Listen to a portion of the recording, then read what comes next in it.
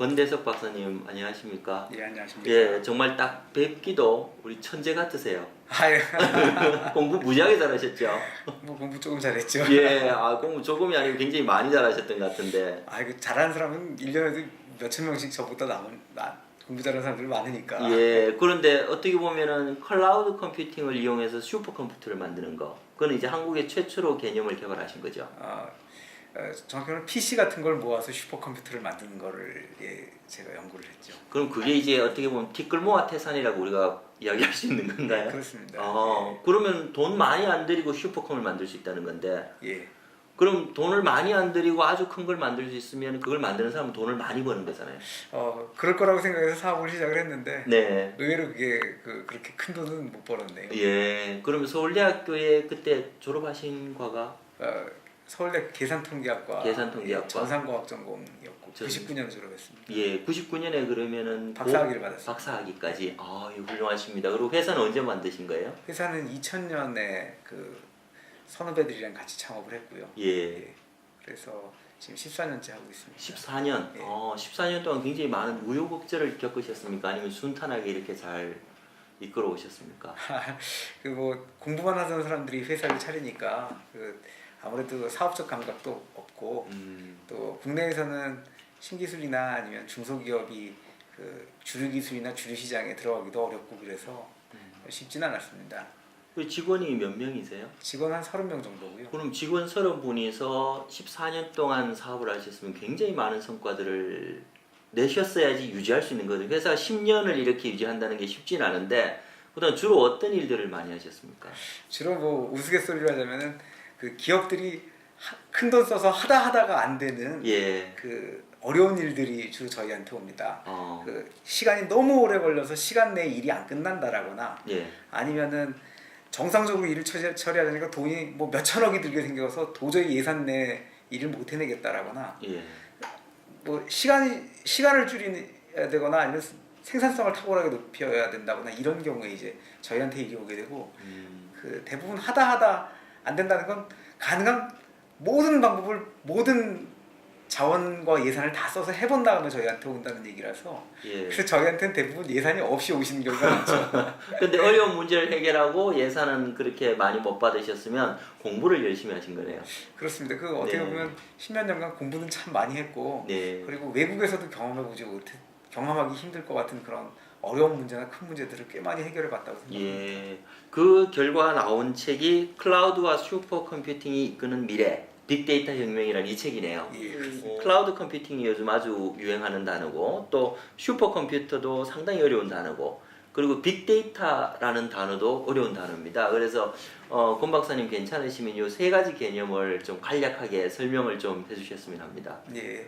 빅데이터라고 하는 거는 그 지금까지 저장되지 않던 데이터들이 디지털화되면서 그 컴퓨터 메모리에 저장이 되기 컴퓨터 메모리나 아니면 그 디스크 같은 그런 디지털 장치에 저장이 되기 시작했고 예. 그리고 그 저장 장치의 가격이 아주 싸졌고 그리고 엄청나게 많은 데이터들이 그 슈퍼컴퓨터로 단시간 내에 분석이 가능해지면서 떠오르기 시작한 게 있습니다. 그래서 인간의 지적 능력으로는 분석이 불가능할 정도로 많은 거를 인간의 지적 능력으로는 분석이 불가능한 시간 동안에 분석을 해서 미래에 어떻게 될지를 알려주는 기술 정도로 볼 수가 있는데요. 빅데이터는 예측이다.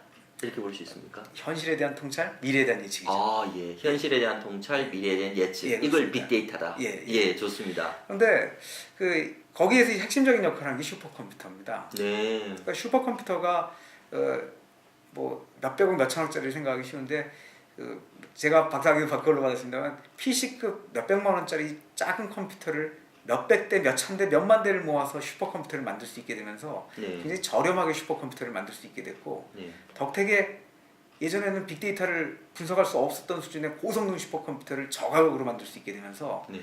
그러면서 빅데이터가 분석 안 되던 게 분석이 되기 시작했습니다. 네. 그래서 빅데이터는 슈퍼컴퓨터하고 떼기 힘든 밀접한 연관이 있고요. 네. 그리고 클라우드는 빅데이터를 만들어내는 주요한 그 데이터의 소스입니다. 네. 원천이고 동시에 이제 클라우드는 슈퍼컴퓨터의 서비스 형태이기도 하죠. 예. 슈퍼컴퓨터는 자기 책상 옆에 놓고 슈퍼컴퓨터를 쓰는 사람이 없기 때문에 네. 필연적으로 인터넷을 통해서 원격 사용을 하게 되는데 네. 그게 이제 클라우드 서비스의 서비스 형태 아니겠습니까? 예. 그래서 이 세 가지는 클라우드랑 빅데이터랑 슈퍼컴퓨팅은 그 어느 하나가 다른 하나냐 반드시 그렇진 않지만 네. 이 세 가지는 아주 서로 밀접한 관련이 있습니다. 그럼 페이스북이나 트위터 같은 케이스에는 클라우드 저장 장치를 사용하지는 않는 것 같고요. 네. 예, 거기서는 그냥 그 자기네 소셜 네트워크 서비스라고 하는 특수한 형태의 인터넷 서비스를 클라우드 서비스 형태로 제공을 하고 있는 거죠. 예. 예. 굉장히 어렵네요. 클라우드 형태로 제공하는 거하고 클라우드 서비스하고는 어떻게 다릅니까? 클라우드 서비스라고 하는 거는 크게 한 5가지 특징을 얘기를 하는데요. 예. 주요한 특징으로는 인터넷을 통한 서비스, 예. 그리고 서비스를 하는 그 원천이 자원을 집중적으로 통합해서 운영해야 하고, 네. 그리고 사용자의 요구량에 따라서 자원이 융통성 있게 할당이 돼야 하고, 네. 사용량을 측정 가능해야 되고, 뭐 이렇게 해서 이제 특징들이 기술적 특징들이 쭉 있습니다. 네. 그렇게 쉽게 얘기하면은 우리가 개별적으로 사서 직접 써야 되는 거를 직접 사서 직접 만들어 써야 되는 거를 예. 인터넷 저편에다 한 군데다 다 모아놓고 그걸 아주 지능적으로 사람들이 쓸 수 있도록 인터넷을 통해서 쓸 수 있도록 나눠주는 거. 예. 이게 클라우드 서비스라고 볼 수 있는데요. 예. 그렇게 만들어주는 걸 클라우드 컴퓨팅이라 그러고, 네. 그리고 그 페이스북이나 그 트위터 같은 케이스는 사람들이 원하는 어떤 니즈를 만족시키는 서비스를 예. 그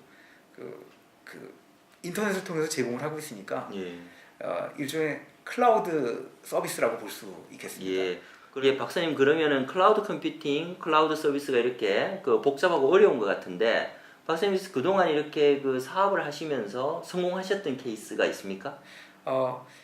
그동안 저희 회사가 10여 년간 사업을 하면서 가장 성공적이었던 케이스가 바로 포스코 케이스인데요. 네. 언론사에서도 여러 번 다뤄졌었습니다만은 개인별로 포스코 케이스에는 기술연구원이라는 조직에서 3,000명 정도의 연구개발 인력이 있으시고, 그 중에서 이제 그 수백 명 이상의 분들이 전국 각지에 흩어져서 워크스테이션이라고 하는 고성능 PC를 가지고 공학 설계 해석을 하십니다. 네. 어렵습니다. 그분들이 하시는 일도 어렵고, 그분들이 사용하는 프로그램은 굉장히 값비싼 프로그램을 얼마나 합니까? 뭐 한 카피에 평균 1,500만 원 정도 합니다. 네. 그런 1,500만 원짜리 소프트웨어를 그 역시 1,000만 원이 넘는 컴퓨터에 그 한 사람이 여러 종류를 설치를 해서 써야 됩니다. 네. 예, 그래서 그 1인당 투자비가 공학 설계에서 수억씩이 들게 되는데, 그게 그럼 3,000명이 쓰는. 그 3,000명 다 하시나 수백 명이 그런 환경이 예, 예. 있습니다. 그래서 그거를 PC마다 개인마다 따로따로 자원을 나눠주고 운영을 하자니 예산이 막대하게 드는 데다가 예산 막대하게 드는 거에 비해서 만족도가 낮았습니다. 네. 돈이 너무 많이 드니까 개인이 원하는 대로 다 사줄 수가 없는 겁니다. 네. 깎아 사주게 되거든요. 예, 그렇죠. 예. 깎아 사주면은 어느 개인도 만족을 못하는 거죠. 예. 그래서 포스코에서 아이디어를 내서 이걸 개인별로 지급하지 말고 중앙에 모아서 통합 운영을 하자. 그러면은 개인들은 늘 그걸 쓰지는 않으니까, 네. 늘 사용하지는 않으니까 다른 사람들이 안 쓰고 있는 걸 모아서 쓰니까 자기는 풍족하게 쓸 수 있을 것이고, 네. 그리고 집단적으로 모아서 사용을 하니까 그 사용률이 올라갈 것이고, 그리고 중복 구매를 줄여서 비용도 절감할 수 있을 거 아니냐. 예. 그래서 결과적으로 포스코에서는 2009년에 이런 그 연구개발용 클라우드 시스템을 통합 구축을 해서 예. 그 수십억 대의 비용 절감을 하고, 그리고 직원들의 만족도나 연구개발 속도는 2배 이상 높이고, 예. 이런 성과를 얻었습니다. 아, 그렇구나. 그 일들을 그럼 권 박사님께서 진행을 하셨던데. 저라기보다는 저희 회사 직원들이 많이 고생을 했죠. 예, 예. 그 근데 기간은 얼마나 걸렸습니까? 그때 당시 그 프로젝트 하는데 투입된 기간은 6개월 6개월 정도입니다. 정도. 그러면은 포스코에서 이익이란 표현이 좀 그렇습니다만 이렇게 세이브할 수 있었던 그 효과는 포스코에서는 그 프로젝트 통해서 총 40억 정도가 들었다고 저희가 알고 있는데, 그거를 1년 만에 뽑고 예. 1년 남짓한 기간 만에 뽑았다고 들었습니다. 예. 그리고 2년째부터는 뭐 또 수십억씩 계속 세이빙이 발생하는 거니까. 이익이 나는 거니까. 예, 충분히 그런 그 뭐라 그럴까요? 클라우드 컴퓨팅에 장점이 있는 거네요. 그렇습니다. 예. 이게 수백 명 조직의 경우에는 뭐 10억 이렇게 돈이 듭니다만, 예. 수십 명 조직의 경우는 몇 억만으로도 비슷한 효과를 볼 수 있기 때문에 그 비용 절감 이상으로, 그리고 또 일을 신제품 개발 기간을 단축한다든가 이런 건 효과가 크기 때문에 네. 직원 만족도 높고 그래서 세계적으로 드문 일을 매우 가치 있게 했다라고 아, 생각합니다. 그러시네요. 예, 포스코의 그런 성공들을 바탕으로 해서 다른 기업들도 많은 그런 문제들이 있으니까 해결을 한다 그러면은 1년에 수십억씩의 비용들이 절감이 되니까 아주 도움이 많이 될 것 같습니다. 국가적으로는 네. 우리나라가 GDP 대비 R&D 투자 비율이 세계 랭킹 3위 정도 됩니다. 굉장히 높네요. 예. 예. 우리나라에서 국가적으로 1년에 소모되는 R&D 비용이 60조 정도가 되고요. 나라에서 집행하는 나라 돈으로 집행하는 R&D 투자 비용만 13조가 넘습니다. 예. 그래서 거기에 보면 그게 다 개인별로 지급되는 연구개발 자원들이 많기 때문에 이것들을 통합해서 클라우드화하는 것만으로도 몇 조 원의 투자 절감 효과나 아니면 네. 그 추가 투자 효과를 낼 수 있지 않나 이런 네. 생각이 듭니다. 아, 그래서 국가 단위에서의 그 R&D 자원의 클라우드화는 굉장히 필요한 일이라고 생각이 들고요. 예, 그건 굉장히 우리가 관심을 가지고 진행해야 될 분야 같습니다. 예. 국가적으로. 예. 예. 그럼 이런 클라우드 컴퓨팅에 비해서 슈퍼컴퓨터로 이렇게 성공할 수 있는 사례들은 없습니까? 그리고 여러 가지가 있겠습니다만 네. 클라우드 서비스 자체가 한 명이 사용하는 게 아니라 수십 명, 수백 명, 수천 명, 수만 명이 사용을 해야 되기 예, 때문에 예. 클라우드 시스템이나 클라우드 서비스 자체가 사실은 슈퍼컴퓨터 기술을 이용해서 구축된 경우가 많습니다. 네. 그리고 지금 현재 클라우드의 철학이다 그러면은 그 아까도 말씀드렸듯이 한 카피에 수천만 원씩 하는 소프트웨어 자원을 통합한다거나 아니면은 수백 대의 컴퓨터를 통합해서 슈퍼컴퓨터를 만드는 하는 자원 통합의 측면이 큰데 네. 앞으로는 점점 이것들이 데이터까지 통합하는 형태로 진화할 거라고 봅니다. 네. 그러니까 공장 생산 라인 같으면은 공장 생산 라인의 기계들에서 조업 라인이라고 그러죠. 네. 조업 라인에서 막대한 양의 조업 데이터가 쏟아져 나오는데 지금 그거 다 저장하지 않고 거의 대부분 조금만 저장했다 버리거든요. 네. 심지어는 우리가 자동차를 운전을 한다라고 하더라도 자동차에서 발생시키는 데이터가 무지막지합니다. 네. 100분의 1 총격을 핸들이 얼마나 꺾였나, 브레이크가 얼마나 많은 강도로 100분의 1초 동안에 밟혔나 이런 것들이 굉장히 중요하고 그런 데이터들이 계속 발생하는데 이것들이 지금 대부분 거의 버려지거든요. 네.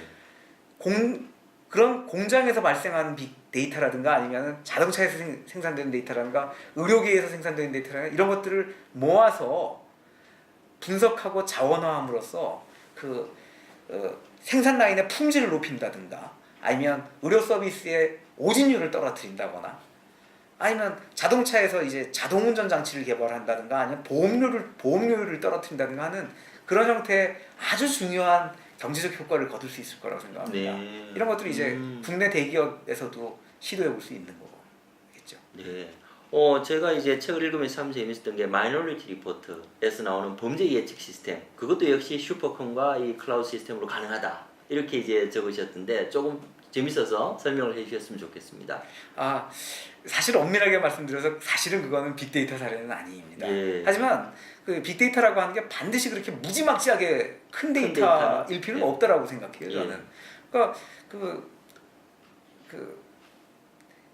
그 사례는 저 마이너리티 리포트 같은 케이스는 이제 그 탐 크루즈가 2050년 LA에서 예. 어떤 사람이 살인 사건을 벌일 것이다라고 하는 예측 시스템을 보고 나서 그 사람이 그 살인 사건을 일으키기 전에 가가지고 잡아오는 사람이었는데 그런데 어느 날 그 시스템이 비춰진 게 자기라는 데서 얘기가 시작이 되지 않습니까?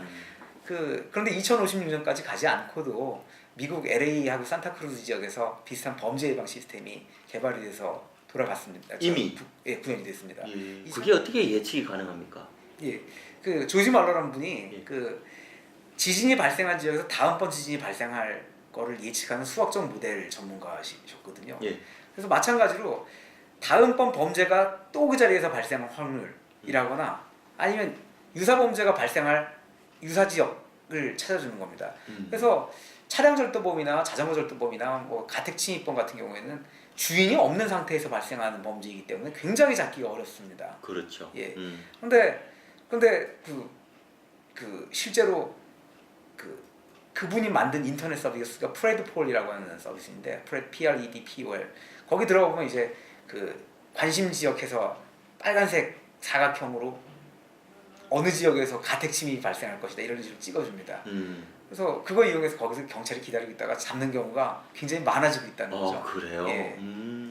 그래서 그런 형태의 수학적 예측 기법을 사용을 해서 과거 그걸 2만 건 이상의 범죄 사례에 적용을 해서 모델을 만들고 그리고 그거를 실제로 어떻게 보면 미래가 이제 이미 현재로 와 있는 거네요. 이런 그렇습니다. 슈퍼컴퓨팅, 클라우드 컴퓨팅에 의해서. 그렇죠. 네. 아 정말 어떻게 보면 참 좋은 세상일 것 같기도 하고 어떻게 보면 굉장히 무서운 세상일 것 같기도 한데 우리가 좋은 방향으로 잘 이용을 해야 될 것 같습니다. 그렇습니다. 그런데 교육에서 이렇게 클라우드 컴퓨팅을 사용해서 뭐 혁신을 할 수 있다 이런 것도 가능성이 있습니까? 그렇습니다. 제 생각에는 그 클라우드나 빅데이터나 슈퍼컴퓨팅 같은 첨단 기술이 교육계에 뭔가를 기여한다 그러면 교육의 가장 전국적이고 본질적인 목표를 달성하는 데 도움을 줄 수 있지 않을까 생각이 듭니다. 그래요. 우리나라 교육의 최대 문제가 뭐가 있을까를 생각을 해보면은 학생들이 꿈을 실현하고 자기가 원하는 걸 더 잘할 수 있게 하는데 교육이 도움이 크게 안 된다는 겁니다. 근데 자기가 정말로 원하는 걸 실현하자면 무엇을 공부해야 하는가? 그리고 어떻게 해야 되는가? 자기가 정말 무엇을 정말로 원하는가를 찾아주는데 그런 것들을 찾아주고 저 연마하는데 첨단 기술들이 이용될 수 있지 않을까 하는 생각인 거고요. 그러면 구체적으로 예를 들자면 자기가 원하는 컨텐츠에 대한 접근성을 클라우드 기술이나 그 빅데이터 기술이 높여줄 수 있지 않을까 하는 겁니다. 언제 어디서나 자기가 원하는 자리에 그렇습니다. 접근할 수 있다. 클라우드 서비스. 예. 예. 그러니까 지금은 교과서에 학생들의 교육이 매몰되는 경향이 있는데 그게 아니라 자기가 원하는 다양한 형태의 필요한 컨텐츠들을 클라우드를 통해서 접근할 수 있게 만들어주고 그걸 열심히 공부하면 그거를 교육 인증으로서 내줄 수 있게 하고 이걸 만들 수 있지 않을까 하는 겁니다. 접근성 향상이 첫 번째이고요. 두 번째는 맞춤형 교육이라는 겁니다. 그런 측면에서 맞춤형이라는 건 1대1로 교육을 할 수 있다. 자기가 원하는 걸 교육받을 수 있다는 게 되겠습니다. 자기가 원하는 거를 방금 전에 말씀드렸던 접근성 향상을 통해서 자기가 원하는 거를 찾아서 공부를 하고 그럼 단순히 공부했다는 건 의미가 없지 않습니까? 그거에 대해서 평가 시스템을 국가 혹은 이제 클라우드가 제공을 하고 그럼 일정 수준의 이상의 실력을 갖췄다라고 하는 걸 역시 또 그 피드백을 주고 그럼 그 다음 단계를 또 공부를 찾아서 공부를 하고 이런 식으로 되면은 결국은 그 기업이 요구하는 그리고 개인이 원하는 교육을 맞춤형으로 할 수 있지 않을까 하는 겁니다. 그리고 마지막으로는 이걸 통한 산업 생태계 조성입니다. 말씀드렸다시피 컨텐츠를 제공하고 그거에 대한 평가 시스템을 만들고 그리고 수요자와 공급자를 연결해주고 이런 것들 하나하나가 전부 서비스화가 될 수 있고 사업화가 될 수 있는 거라고 생각하기 때문에 교육 자체를 클라우드 산업화할 수가 있는 것이죠. 아주 좋네요. 그렇게 되면 교육 자체의 산업화라는 거는 교육에서도 돈을 벌 수 있다. 그렇습니다. 어떻게 보면 미국이 지금 굉장히 이걸 잘하고 있는데 제가 생각이 이렇습니다. 그거 세계에서 제일 잘하고 있는 나라는 한국이라고 생각해요. 그러세요? 그게 전부 음성화되어 있는 게 문제입니다. 지금은 전부 다 그 정부에서는 세금으로도 잘 포착하기 어려운 과외교습이라거나 아니면 입시 컨설팅이라거나 뭐 아니면 기껏 공식화되어 있다라고 하는 게 학원 아니겠습니까? 근데 그게 아니라 이런 식으로 이제 그 개인들이 미국에서는 변호사가 그 공식화돼 가지고 돈을 많이 벌고 있듯이 한국에서는 그 공식화돼 있지 않은 이 언더그라운드 교육이나 언더그라운드 사설 교육들을 클라우드를 통해서 맞춤화 그리고 그 산업화, 양성화시켜주는 거죠. 효과를 크게 볼 수 있지 않을까 생각합니다. 지금까지 논의를 하면서 굉장히 이런 요 세 가지 클라우드, 슈퍼컴퓨팅, 빅데이터 혁명이 개인 그리고 기업, 정부, 교육에 미친 영향이 굉장히 클 것이다. 그리고 이미 많은 부분들이 구현되고 있다라는 것을 볼 수가 있었는데요. 그러면 이러한 시기에 정부의 역할은 어떤 것이 있을까요? 박사님 생각하시는 내용들이 있습니까? 아무래도 모든 산업과 모든 첨단 기술은 기술이나 인프라 자체를 위해서 존재하는 것이 아니라는 것을 기억을 해야 될 것 같습니다. 그러니까 우리가 흔히 우리나라 첨단 IT 강국이라고 그러지만 IT 강국이 되기 위해서 IT 강국인 건 아니지 않습니까? IT 강국이라는 거에 자꾸 집중을 하고 그러다 보면은 세계에서 제일 빠른 인터넷 인프라 갖추는 데만 급급하다 보니 그 위를 떠돌아다니는 건 뭐 포르노나 불법 복제 소프트웨어만 왔다 갔다 하지 국내에서 컨텐츠를 육성하는 데는 실패를 했던 컨텐츠나 아주 좋은 소프트웨어나 이런 것들이 개발되지 못하고 그렇습니다. 이게 종국적인 목표 설정에 다른 목표들이 종속되지 않으면은 이렇게 중간에 필요로 한 자본자나 인프라에 그건 반드시 필요하니까요. 자본자나 인프라에 투자되는 게 종국적인 목표로 되고 거기에서 그쳐버리는 수가 있습니다. 종국적인 목표는 국민의 삶을 높이는 데 도움이 되지 않냐 하는 겁니다. 그럼 구체적으로 말하면 뭐냐? 고용과 산업경쟁력 강화라고 생각합니다. 우리가 뭔가 인프라에 투자를 한다든가 IT 산업 같은 첨단 기술을 개발을 한다든가 과학기술을 육성한다든가 그러면 과학기술 그 자체만으로도 물론 종족적인 가치는 있습니다. 근데 그래도 그 종족적인 가치를 종족을 모든 인류가 없어진다고 해도 과학기술의 의미가 있을 것이냐? 사실 그건 아니지 않습니까? 네. 종족은 우리가 다 먹고 살자고 하는 짓인데 일자리를 만들어주거나 우리 집 회사가 돈 더 많이 벌게 해주거나 둘 중에 하나로 종족적인 목표가 기결이 돼야 된다라고 생각을 합니다. 그래서 그 목표를 달성하기 위해서는 학문의 울타리를 벗어나서 생각을 하다 보면 목적을 달성하기 위해서 크고 숭고한 목적을 달성하기 위해서 수단 방법을 가리지 않다 보니까 융합이라는 게 일어나는 거지 융합이 목적이 돼서는 또 곤란하다고 생각하거든요. 네. 그런 의미에서 그 향후에 만약에 정부에 제안을 드린다면 그것이 이제 그 미래창조과학부이건 아니면 산업통상자원부이건 아니면은 저 보건복지부이건 교육부이건 그 구별 없이 그 내가 지금 이 일을 해내면 뭐 복지도 마찬가지입니다. 최고의 복지는 일자리라고 그러지 않습니까? 네. 고용을 창출하느냐 아니면 산업 경쟁력을 높여서 회사들이 돈을 더 벌게 해줄 거냐 이 두 가지 관점에서 좀 그 자신의 업무 바운더리를 넓게 생각해서 장벽을 넘어서는 노력을 좀 하는 게 좋지 않을까 생각합니다. 네, 아유 좋습니다. 예, 지금까지 빅데이터 혁명의 저자이신 권대석 박사님과 말씀을 나눴습니다. 제가 열심히 또 읽고 서평을 준비하도록 하겠습니다. 아유, 박사님 긴 시간 동안 감사합니다. 감사합니다. 예.